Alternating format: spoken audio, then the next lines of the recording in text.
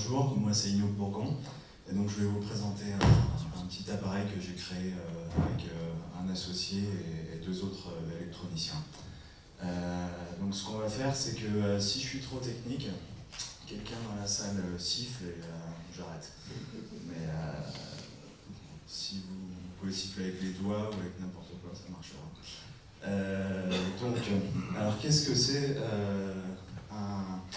une smart plug hacker friendly? Alors ouais, déjà là, peut-être que c'est trop technique.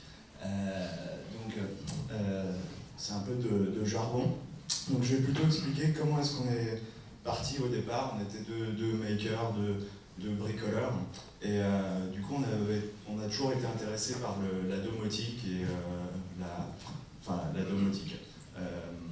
Le truc, c'est que quand on regardait ce que c'était la domotique, quand vous regardez sur Google, que vous cherchez Home Automation sur Google Images, vous tombez sur ça. Donc, alors il y a pas mal d'écosystèmes, de produits qui se connectent entre eux, de schémas. Là-bas, il y a un drôle de câble électrique bizarre, une boîte pleine d'électronique où on comprend rien. Donc nous, c'était pas ce genre de domotique qui nous intéressait. Nous, ce qu'on regardait plutôt, c'était ce genre de choses-là. C'est un petit lapin connecté, je ne sais pas si vous connaissez.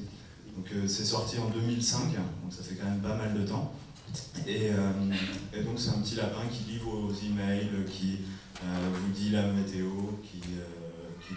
si vous bougez une oreille, l'oreille d'un autre lapin auquel il est associé bouge.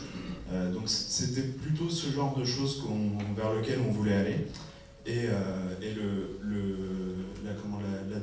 deuxième aspect qu'on a voulu apporter, c'était que pour nous la domotique, dans un temps où l'énergie va devenir de plus en plus, de moins en moins abondante, ça nous paraissait important que les objets connectés soient conscients de la consommation que eux ils génèrent. Donc on est arrivé à ce qu'on appelle N-Plug. Donc pour ça, je vais vous montrer une petite animation qui va vous expliquer c'est quoi. Donc c'est en anglais cette fois. Ça c'est un problème.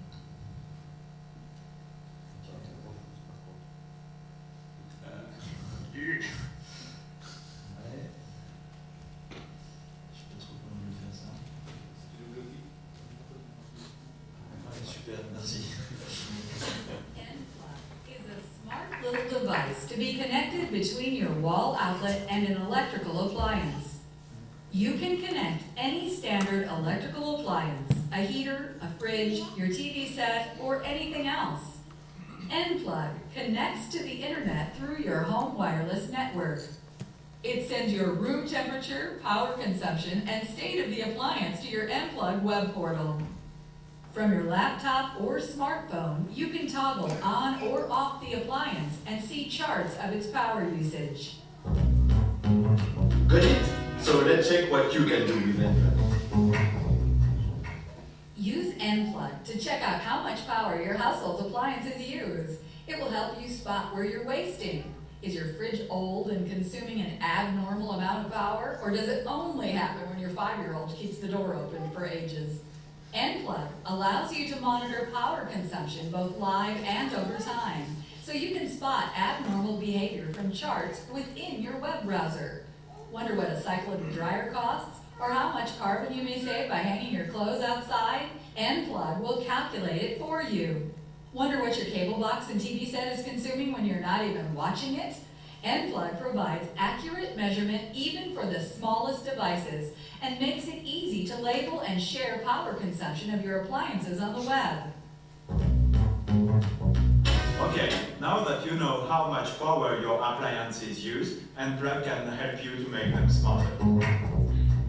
Want your washing machine to tweet when your laundry is done? Or your roommate to be emailed the daily cost of your air conditioning so he stops forgetting to turn it off when he leaves? Even better, you may only want to spend $2 a day on air conditioning. Just program N-Plug to shut down the appliance when it has consumed $2 worth of power. Your bathroom is cold and you want it to reach 68 degrees before getting back from work? No problem. Unplug your heater and every day at 6 o'clock, you'll be able to have a shower without having your bare feet freezing on the tiled floor. Wait, actually, today you're taking your girlfriend out for dinner? No problem. Just cancel the rule from your smartphone. Unplug is connected to the internet so you can control it from anywhere. Unplug can also fetch internet data such as weather forecasts. For example, if you unplug your garden's watering system, you can tell it to water longer if a hot day is coming.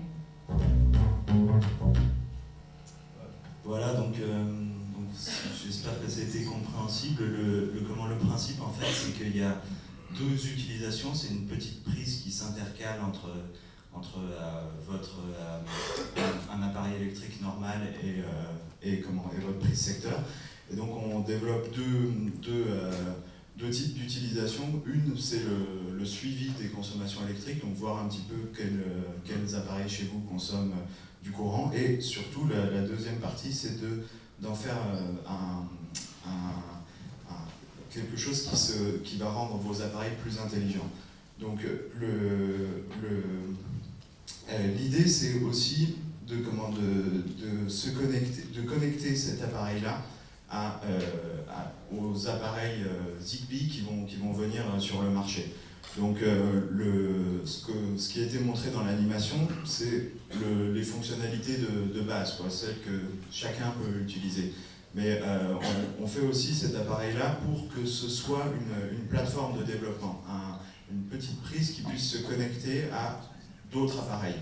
Et donc pour ça, on a donc une connexion Zigbee qui est une connexion sans fil qui ce qu'on pense sera le plus utilisé dans l'Internet des objets, et une distribution Linux qui tourne à l'intérieur de la prise. Donc à quoi ça sert ?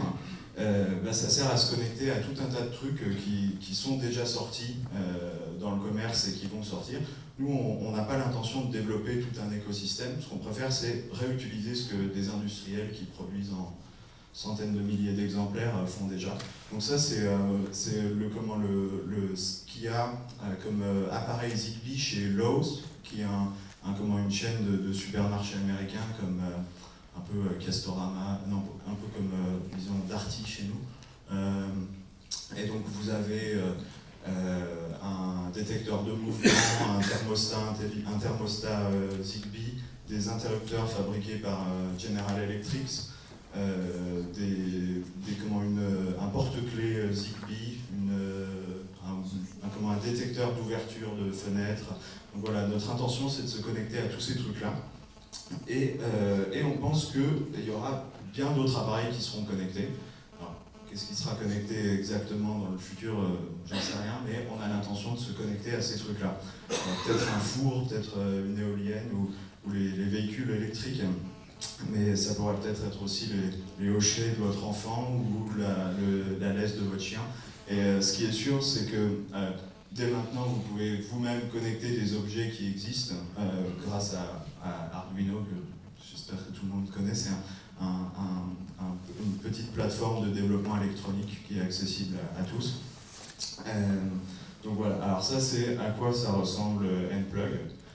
Donc le principe, c'est que c'est un boîtier que vous pouvez mettre à plat le long d'une plainte ou debout. Et donc il y a une prise mâle, une prise femelle. Sur la photo, c'est une prise américaine, mais on a choisi ce design-là parce que ça nous permet facilement de la convertir avec une prise européenne ou une prise anglaise ou une prise australienne. Je sais pas. Le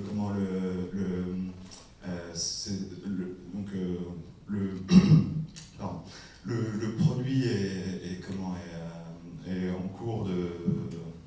Disons que là on a un prototype fonctionnel, mais on a encore besoin de l'industrialiser, c'est-à-dire voilà à quoi ça ressemble. Là c'est une board de développement où on a encore besoin de virer les composants qui sont inutiles, qui sont destinés à nos tests, et donc à réduire sa taille. Et un truc que j'ai oublié, c'est qu'il y a un port USB dessus, et le principe c'est de pouvoir aussi ajouter des fonctionnalités par ce côté-là. C'est-à-dire que par exemple vous pouvez connecter votre clé 3G dessus pour s'affranchir du Wi-Fi, ou peut-être d'autres idées comme webcam et des trucs qu'on n'a pas prévus, j'espère. Donc voilà, c'est à peu près ce que c'est Nplug.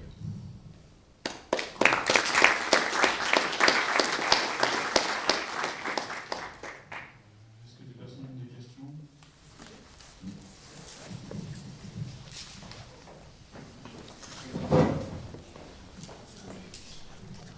Oui, moi je voulais savoir comment vous faites, parce que les gens leur parlaient en watts ou je sais pas quoi, wattheure, vous allez transformer ça en euros quand même, en vision ou pas? Et du coup, comment vous faites? Parce qu'avec tous les termes qui existent, ne serait-ce qu'en France, mais aussi partout ailleurs. Ouais, alors oui, on veut convertir ça en euros, mais pas uniquement. Enfin, la partie web qu'on développe, donc là je peux pas la montrer pour l'instant, mais le principe c'est que vous y ayez accès en watts, mais aussi en euros suivant la tarification de votre fournisseur. Donc on peut créer des profils pour chaque pays. Et en France c'est assez simple. On le calcul, grosso modo, c'est en heure pleine, 1 watt allumé toute une année égale 1 euro. Donc c'est juste des multiplications, rien de complexe d'un point de vue informatique. Et on peut aussi convertir ça en carbone. Alors ça par contre c'est un peu plus complexe suivant l'origine de l'électricité. Est-ce qu'on peut commuter la charge? On peut mesurer le courant consommé, mais est-ce qu'on peut aussi l'allumer et l'éteindre? Et est-ce que c'est du tout ou rien? Ou est-ce qu'on peut également dimmer, régler proportionnellement cette charge? Alors oui, on peut commuter la charge, mais par contre on ne peut pas faire l'équivalent d'un variateur. C'est soit on allume, soit on éteint. Mais ça permet quand même par exemple d'avoir des comportements où on peut doser le temps d'utilisation d'un climatiseur. Si on l'allume et on l'éteint successivement, pas toutes les 3 secondes, mais si on l'allume et on l'éteint successivement, on peut gérer la température. C'est comme ça que fait un thermostat à l'intérieur d'un thermomètre ou d'un radiateur classique. Il l'éteint complètement ou il l'allume. Et le pouvoir de coupure? 3520 watts. 16 ampères. 16 ampères. Merci. Bonjour. Je voulais savoir où sont stockées les données, parce qu'il existe pas mal de projets de trucs électriques connectés, mais qui reçoivent la barrière vis-à-vis des habitants, une sorte de traquage de suivi des consommations électriques. Du coup, est-ce que alors justement, c'est le principe d'utilisation dans les exemples qu'on montre dans l'animation, c'est de stocker ça dans le cloud, de stocker ça sur le web. Mais vu qu'on donne un accès complet au produit, c'est-à-dire sur le petit Linux qui tourne dedans, il y a un accès root. Les gens qui ne veulent pas envoyer leurs données sur le net ou qui veulent créer leur propre service peuvent très bien modifier la façon dont sont envoyées les données, et éventuellement même tout stocker en local sur une clé USB qui peut être branchée à l'appareil grâce au port USB.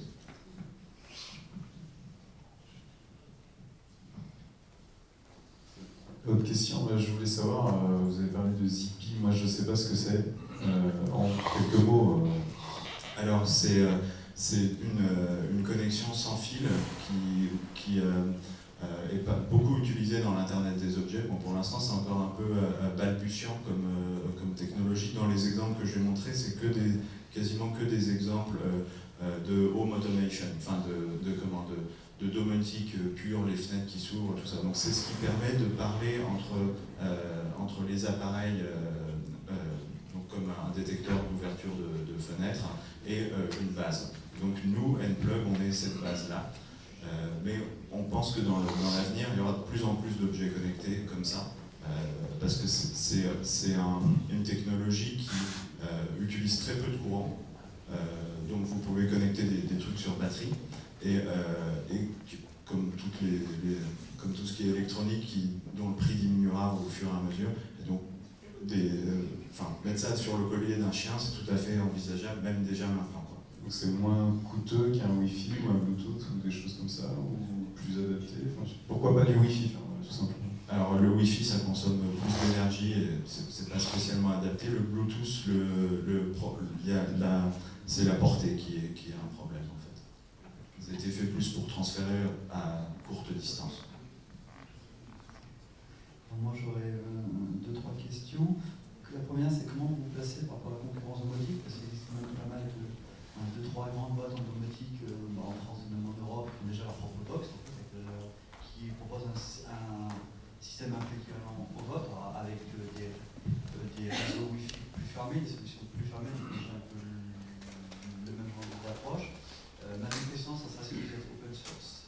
Et ma troisième, comment est-ce que vous voyez par rapport à tout ce qui est open data, parce que là vous allez avoir à votre disposition énormément de données, on se dirige de plus en plus vers un monde où avec les Living Labs, l'usage, comment dire, tout ce qui est donné pour être collecté, pour avoir une vision plus globale des choses, comment vous voyez par rapport à cette approche open data? Alors sur la concurrence, nous notre approche c'est de faire un produit unique et self-contained, où vous avez besoin que de ce boîtier-là et pas d'acheter 3, 4, 5, 10 trucs en même temps. Et d'en faire une plateforme qui a une utilisation quand elle est seule, mais qui peut se connecter à plein d'autres trucs. Sur le côté open source, tout le code sera en GNU V2, donc OpenWRT est en GNU V2, et le reste du code qu'on écrit sera publié sous la même licence. Il y a quelques trucs dans le microcontrôleur qui sont, c'est pas nous qui les avons écrits et qui sont propriétaires. Mais sinon, il y a un accès complet aux sources prévues. Par contre, l'électronique sera propriétaire. Les cartes électroniques qu'on crée et le cadre du boîtier, etc.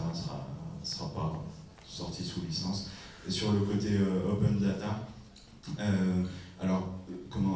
nous on pense qu'un produit comme ça, s'il n'est pas connecté au cloud, on lui casse un peu les jambes, quoi. Mais c'est une utilisation légitime, je pense, de vouloir soit mettre ça dans son propre serveur et avoir un contrôle complet.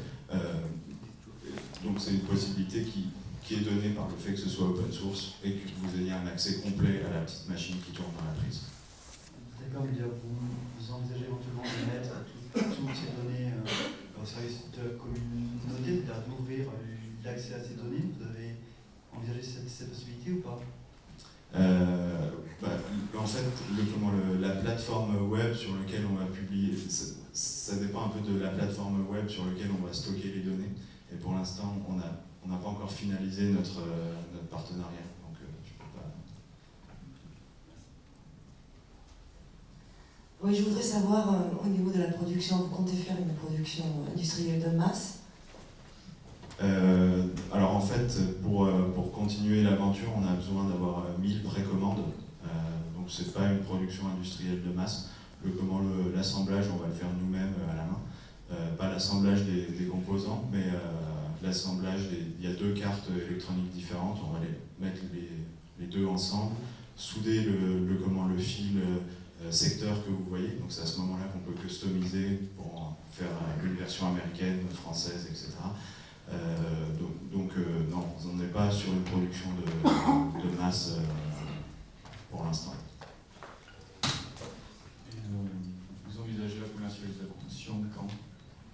En fait, on va sûrement passer par un style de crowdfunding pour avoir les précommandes et les fonds. On espère être prêt mi-fin novembre. Et vous vous destinez à tous les marchés, parce que là vous présentez énormément pour le marché américain. Déjà la présentation et aussi les types de prises. Est-ce que c'est un business plan qui est comme ça? Les geeks sont globaux, donc il n'y a pas. Même si on met les prises américaines et tout, c'est parce que on sait que pour un Américain qui voit une prise européenne, ce sera un truc bizarre et il aura l'impression ça peut pas être pour lui. Alors qu'un Européen qui voit une prise américaine, il se dit mais on peut très bien remplacer ça par autre chose, et c'est le cas. Donc c'est pas spécialement pour le marché américain, mais c'est global. Merci beaucoup. Est-ce qu'il y a d'autres questions? Combien ça coûte? La première version, pour les 1000 prises, ce sera $150 pièce. Est-ce qu'il y a une horloge temps réel dedans? Est-ce qu'on pourra faire des scénarios embarqués, un petit peu comme sur les produits de domotique actuels, si on veut donner une heure à laquelle il se passe quelque chose de particulier? Oui, ça, il n'y a pas de problème par la plateforme web, mais il n'y a pas d'horloge temps réel dedans, c'est le web qui donne l'heure. Donc sans Internet, pas d'automation? Si, tant qu'il reste allumé. Pas si on le débranche, mais on... Merci beaucoup à N-Plug pour cette présentation.